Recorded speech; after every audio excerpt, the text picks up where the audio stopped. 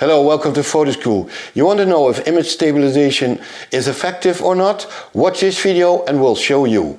So I have the Canon EOS R6 combined with the Canon RF 24-105 4.0 L lens.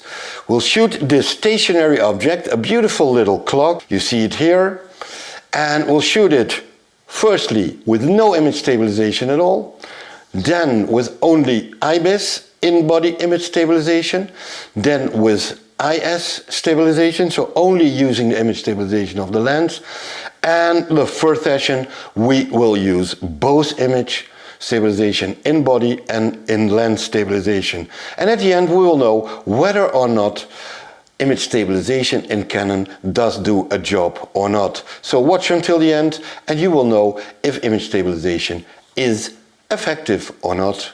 Welcome back to Photo School and enjoy this video. So hello, this is the first session.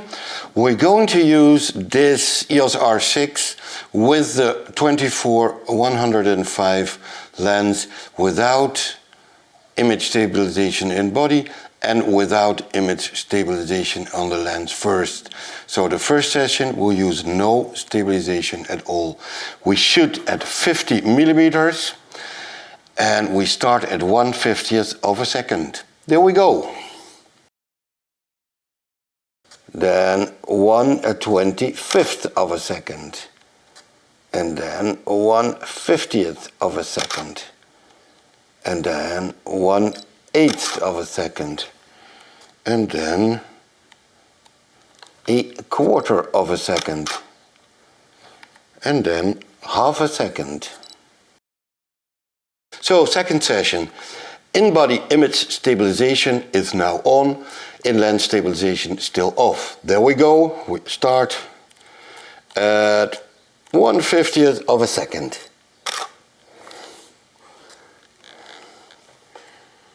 (125), 1/15th, 1/8th,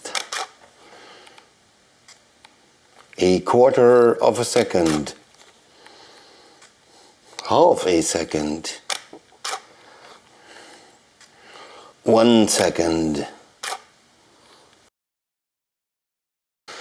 Third session, we have turned on the image stabilization on the lens and I've turned off the image stabilization in the body. So there we go again, starting at 1/50th of the second for the first picture. There we go. 1/25, 1/15, 1/8th, 1/4 of a second, half a second, 1 second, and 2 seconds. End of the third session, in which we have only the in-lens stabilization on. Fourth session, all image stabilization in body and lens all on.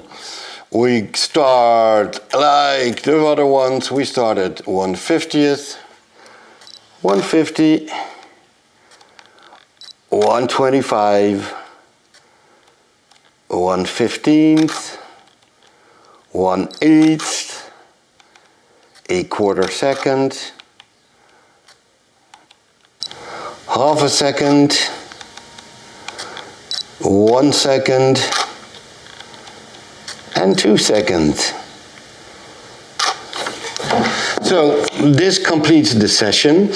We have done 4 sessions. We'll now go to Photoshop, look at the pictures, and I will come to a conclusion when I've looked at all the pictures in Photoshop, both with, without, and double image stabilization. Well, you know the drill by now. And then at the end, so watch until the end of the video, I will tell you whether I think the Canon image stabilization is effective or not. After analyzing the results, it is clear that image stabilization works. Without any stabilization at all, photos taken at a shutter speed of longer than 1/15th of a second at a focal length of 15 mm were all unusable because of motion blur. With in-body image stabilization only, the result was somewhat better, but still photos taken at a shutter speed longer than 1/15 of a second at a focal length of 15 millimeters were unusable because of motion blur. With inland stabilization only, the result was evidently better. Even photos taken at a shutter speed of 1 second at a focal length of 15 millimeters were usable because they were without evident motion blur. With inland image stabilization and IBIS turned on, the result was evidently better. Even photos taken at a shutter speed of 1 second at the focal length of 15 millimeters were usable because they were without evident motion blur. The photo taken at a shutter speed of 2 seconds showed only some motion blur. In conclusion, Canon image stabilization is effective.